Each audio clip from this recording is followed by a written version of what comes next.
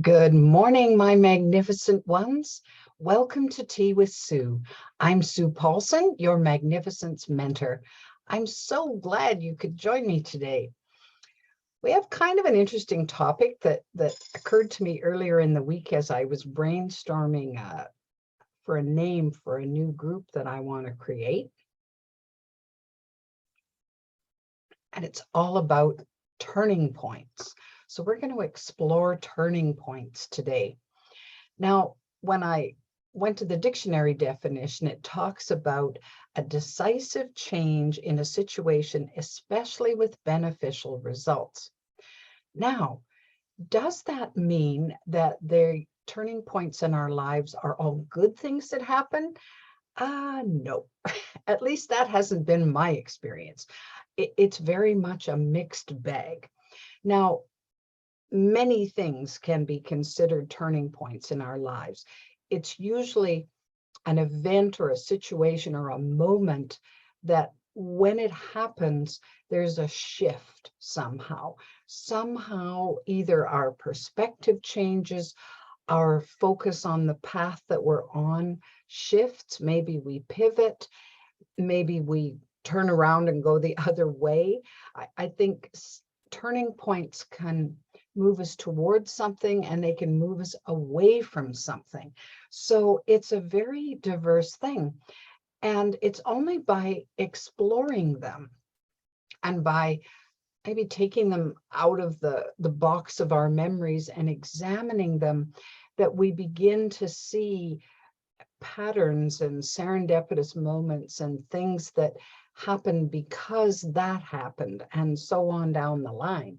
So I've been fascinated when I have done this exploration for me, and I've done it more than once. And because I keep doing it when new things occur, then it just reinforces that turning points are worth paying attention to.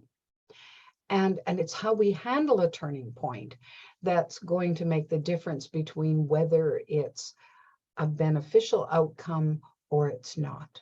So let me give you a couple of examples. So probably the biggest turning point for me happened when I was 17, when my mom died suddenly. Well, everything that I had ever understood about life, every dream and thought of the future and focus that I had ever had seemed shattered at that point. It was as if it just blew up and I was lost. I didn't know what was going to happen after that. Well, of course, this was right at the beginning of my last year of high school, and I was poised marks wise and desire wise to go on to university.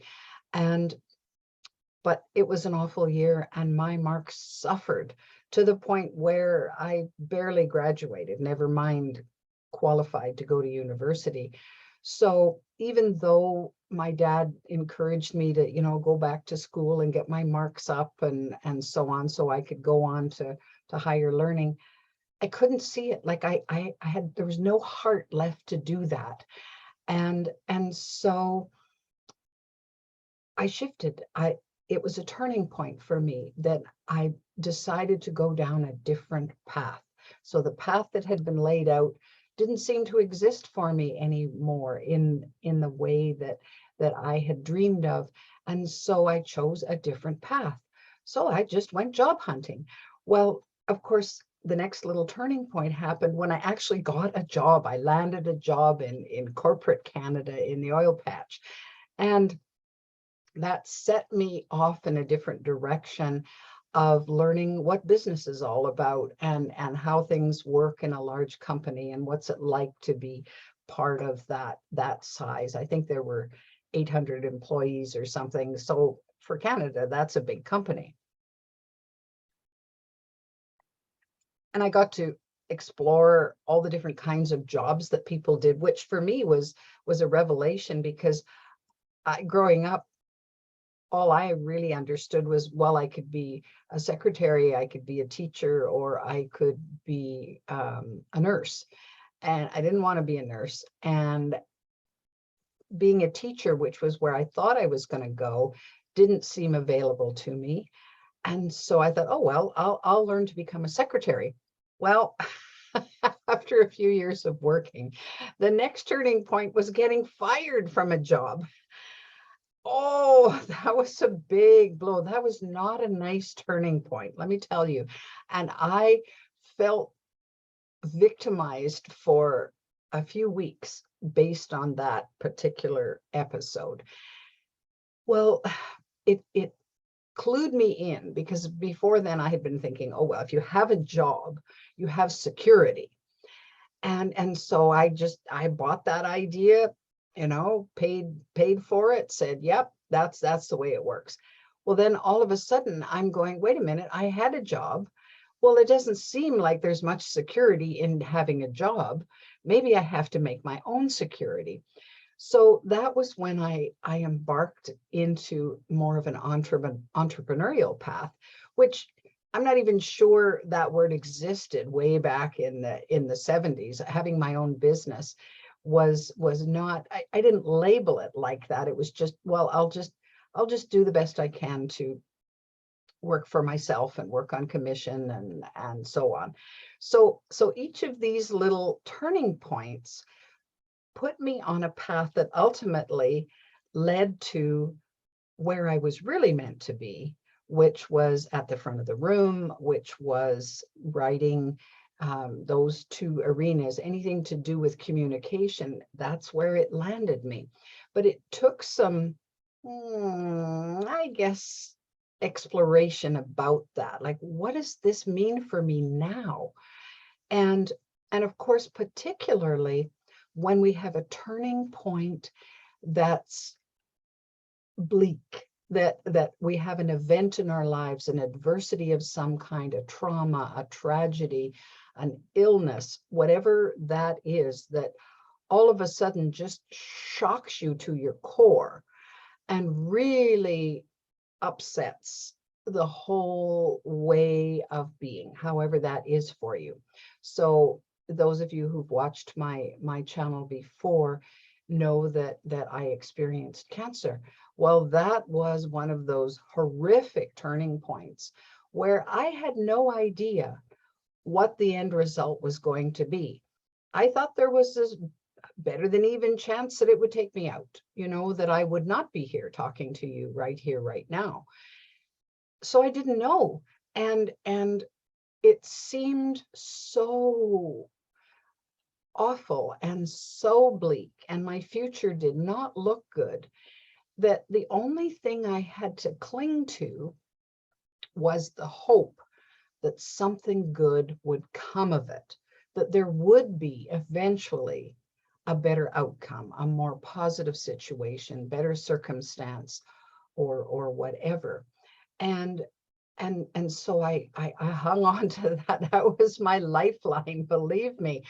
And of course, in my other senses, I knew, the other awareness that I had, I knew that if cancer took me out and I left planet Earth, I was going to a better place anyway. And so that didn't concern me too much. What concerned me was, well, what's life going to be like after cancer if I'm still here, based on surviving the treatments and all of that kind of thing. So I really leaned on that hope and that faith that there was a reason for this, that there was meaning in this, that I would be able to find some gifts. Now, because of that perspective, because that was my kind of ultimate idea or hope or focus, I guess I would call it a focus, that somehow when I get through this, it's going to mean something better. And not having a clue what that might be. Well, sure enough, it did take some time. It did eventually manifest into my view of my own life and what life was all about for me in a truly beautiful way, in a way that I had never imagined that it would. So I found it rather fascinating that something that was so dark sowed the seeds for something incredibly beautiful on the other side. So when we look at turning points, so this was a huge turning point for me. And I could have hung out in misery. I could have said, well, you know, that's it for me. I guess my life, I'll just have to get by the best I can. I guess my life is kind of over the way I had hoped it would turn out. Oh, well, poor me.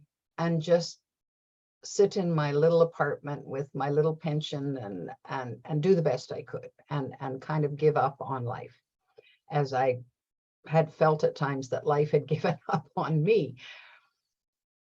But I'm not wired that way. I mean, I'm wired, I adopted the Pollyanna mindset many, many years ago when I first saw the movie.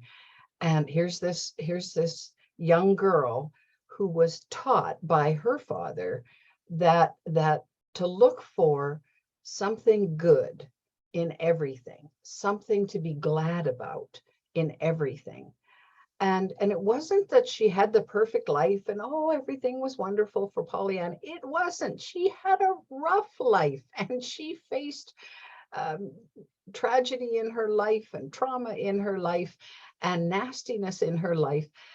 But because this game of the glad game, they called it, was so deeply ingrained in her from her dad, and she confessed at times throughout the film that this one's really hard to find, you know, something good about this, something to be glad about in this. But she kept going. She kept the faith. She kept moving forward, thinking, so there's something here, even if it was the smallest thing, and she would find it. Well, that level of, I don't know whether I'd label it positivity or that level of brightness or belief in the light that can come. I don't exactly know what it was, but that grabbed hold of me at some point at a time in my life. I was young too, and I didn't, life wasn't that good for me, and I felt very kind of depressed a lot of the time. And so I grabbed onto that like a lifeline. I didn't even realize until years later that that was a turning point for me in framing and learning how to reframe what was right in front of me. Is it all bad? Well, maybe it's not. Is it all good? Well, maybe not. And then to take a more balanced view of what was really going on, and also to see the ground for, well, what good can come from this? Even though this has knocked me down, taken the stuffing out of me for a period of time, how can I regroup, rethink, self-correct? How can I move forward in a way that will serve me better? Like, what is this? And sometimes it's those, I call them 2x4 experiences. You know, you have 2x4 right between the eyes that cause us to, whoa, what? And it gets our attention, doesn't it? And I seem to have to get my attention quite a lot to learn what I need to learn. And so then I'm going, oh yeah. Okay, I kind of forgot about that for a second, or oh, I wasn't focused on that. Ew. And so then I'd move forward. But it's that reframing and being willing to explore and examine what's really there for you and to make sense of it. Now, I don't know about you, but there's lots of stuff rattling around in my brain that doesn't seem to be that useful in sorting things out or making sense of things. So one of the tools that I started with, really a good part of my life, most of my life, I guess, was writing. I turned to writing because I found, whether it was a diary that I kept as a youngster, or in later life, I start, we learn to call it a journal, and you keep a journal and you document things. Well, I wasn't necessarily a daily journal writer, but when something was really bothering me and it had rattled around in my brain for so long that it just felt like it was making my head spin, then I would say, okay, where's my pen? Where's my paper? And I'd start writing, and I'd just kind of pour it all out onto the page and just let it be there. Because what I find with writing is when you get it out of your mind and onto something concrete, it's a whole lot easier to examine it. And it's a lot easier to be a little more objective about it, because it's not so close. It's not so inside us. It's out here now. Okay, it's out here. Now let's take a look at it. Now, sometimes I just set aside the paper because I didn't want to look at that, but at least I had some relief in dumping it out onto the page. But then when I was ready, whenever I was ready, I would pick it up and I'd go through it, and I'd have a good think about these various things. Sometimes I'd find a pattern. Sometimes I would find little answers or little awarenesses that had not been there as it was kind of stuck in my mind. So, and lots of times there'd be a very cool heart connection that I would see, and maybe I'd have some compassion for myself as a result of what I had been going through, and I'd learned to cut myself some slack or give myself a break, because I realized that I didn't know, I hadn't known, and so I got into a situation that didn't serve me that well. So there are those turning points where we turn away from something, we step into something and go, whoa, why did I do that? And so we turn away from it once it hits us, and we go, oh, that could be really bad if I carry on in that vein. And so then we pull ourselves up short and turn away from.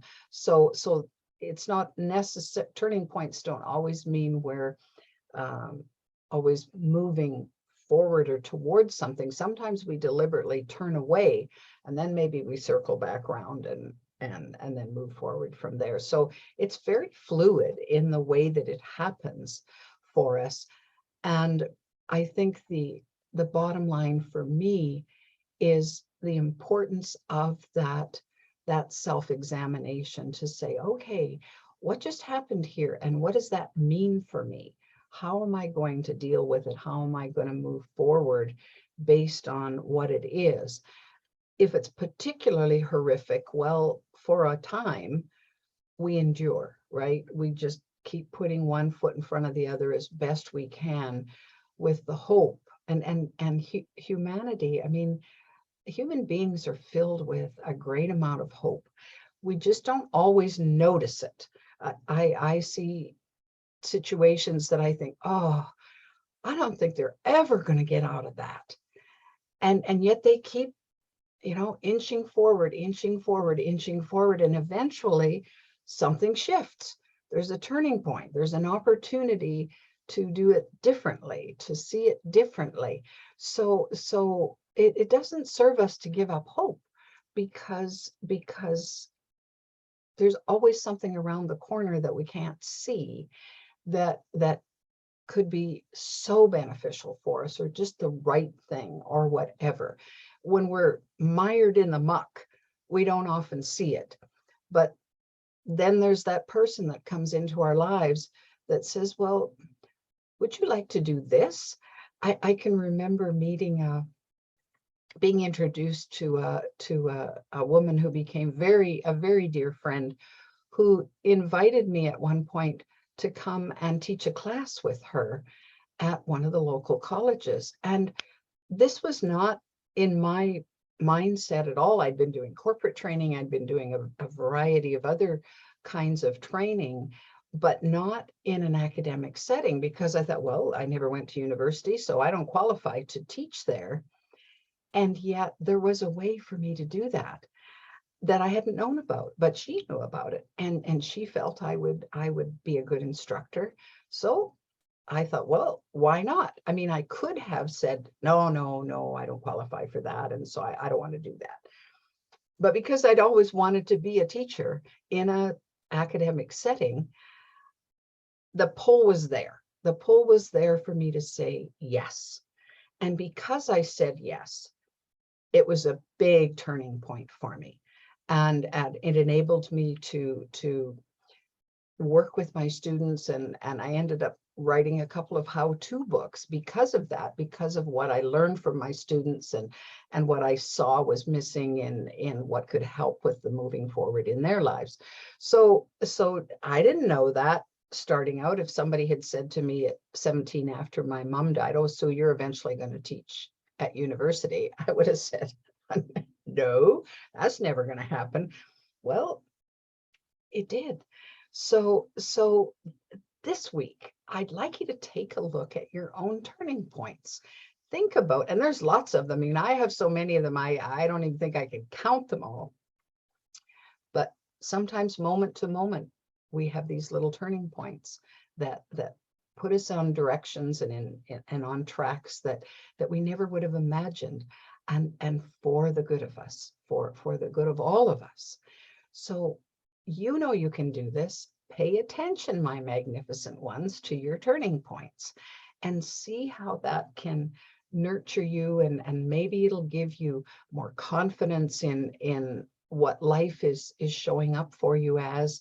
Maybe it'll spur you on to try some things that you weren't too sure if you could do them or not.